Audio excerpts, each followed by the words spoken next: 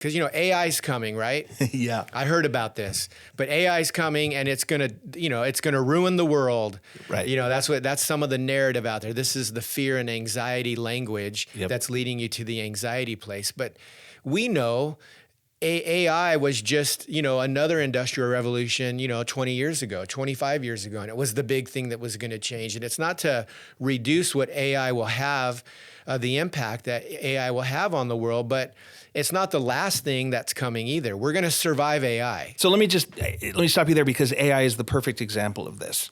I don't remember the term machine learning. Yes. Right? Because our psychology was not ready to admit that we've been living with AI for quite a while. So we called it machine learning because it seemed a little bit more palatable probably. But we've actually been letting AI make decisions for us for years now. It shows up in all the different searches that we do. It's deciding what it should show us on Amazon. It's deciding what music we should listen to. But we called it machine learning. And then all of a sudden ChatGPT hits the market and we have to face that there's this thing. So now we call it AI. And it's happening so fast to us that, again, it's turbulent change. And people are trying to figure out what to do with it. And a lot of people I'm talking to in the business community just are wanting to walk away from it.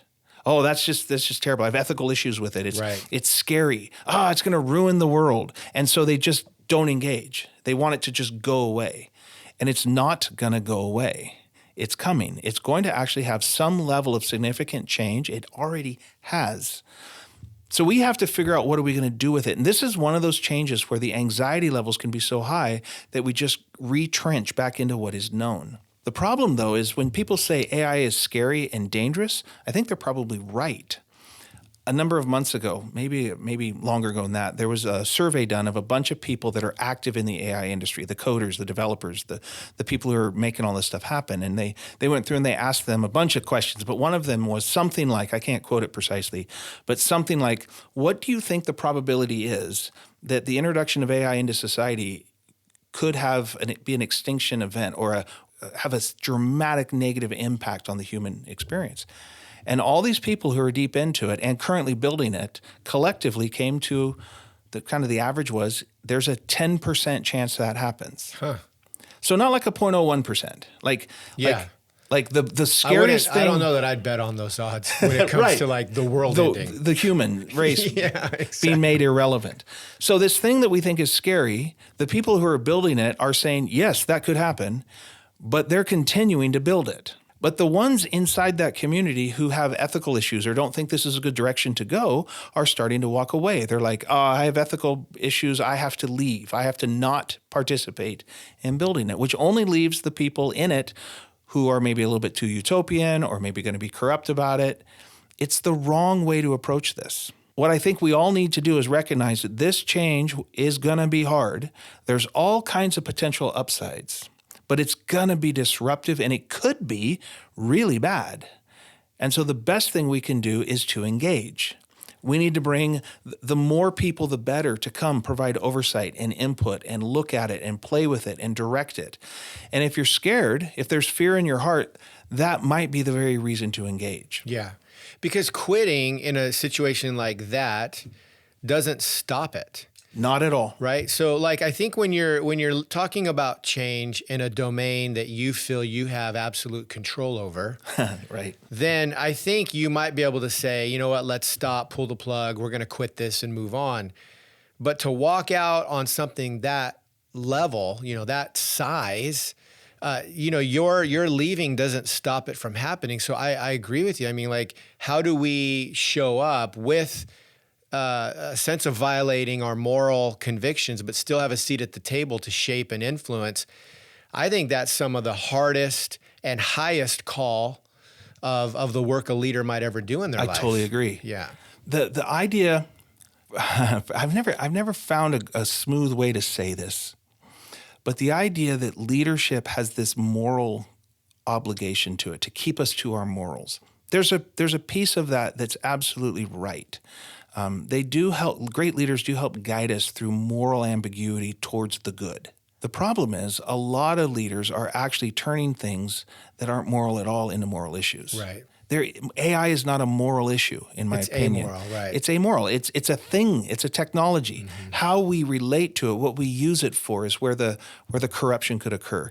And so, for leaders to have a moral issue with AI is to play. It's just complete misuse. Well, they have a moral issue really with the human condition, right? That's really what they're saying, that it's the hands that it falls into that they're really not trusting. Yeah. It's the people, because you're right, that it's neutral. It's the same conversation with the gun or, any other thing. It's like it's the hands that it's put into that determines whether it's good or bad, helpful or not helpful. And leadership is about showing up and creating the ecosystems and environments where we can actually do the best kind of work and move us towards the good. By creating an environment where we're maybe a little more prepared, a little more open to change, what might be some of the opportunities we're missing in our business today because we're not playing with those ideas, and we're waiting for the crisis to show. But what if we didn't have to have the crisis? Right. AI is the example we're talking about, but what we're saying is,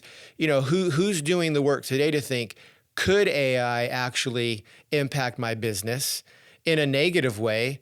But then also, what are the opportunities for it to impact my business in a positive way? It doesn't matter what you're doing. It's worth having that conversation rather than waiting for it to just show up on your porch, ring your doorbell and surprise you, and you weren't expecting it. The writer's strike that was going on down in Hollywood recently, they had all sorts of things they wanted to get fixed inside of the industry, because moving from studios to streaming has radically changed how Hollywood produces content.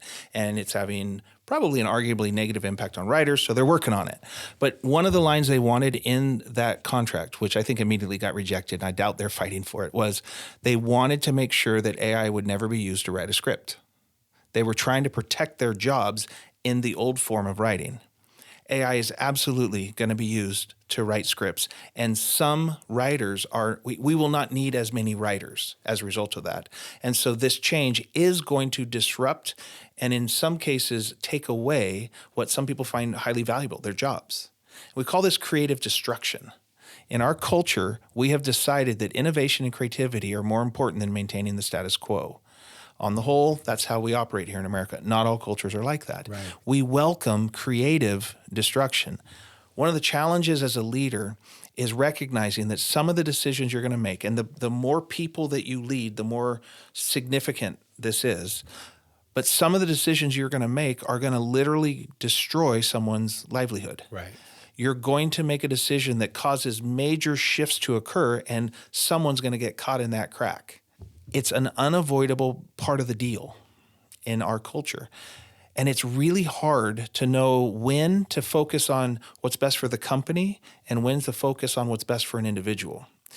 Because some of our decisions, the individual is going to be able to say, you ruined my whatever. And that will be true. These decisions that we're having to make sometimes of not only seeing change, but then adopting change, they're high stakes and highly consequential. And not everybody wins in the moment. But if we can build cultures and people who can navigate and be adaptable so that when their job ends over here, they can do the work to get over there into the new space, it's going to create a more innovative and creative society.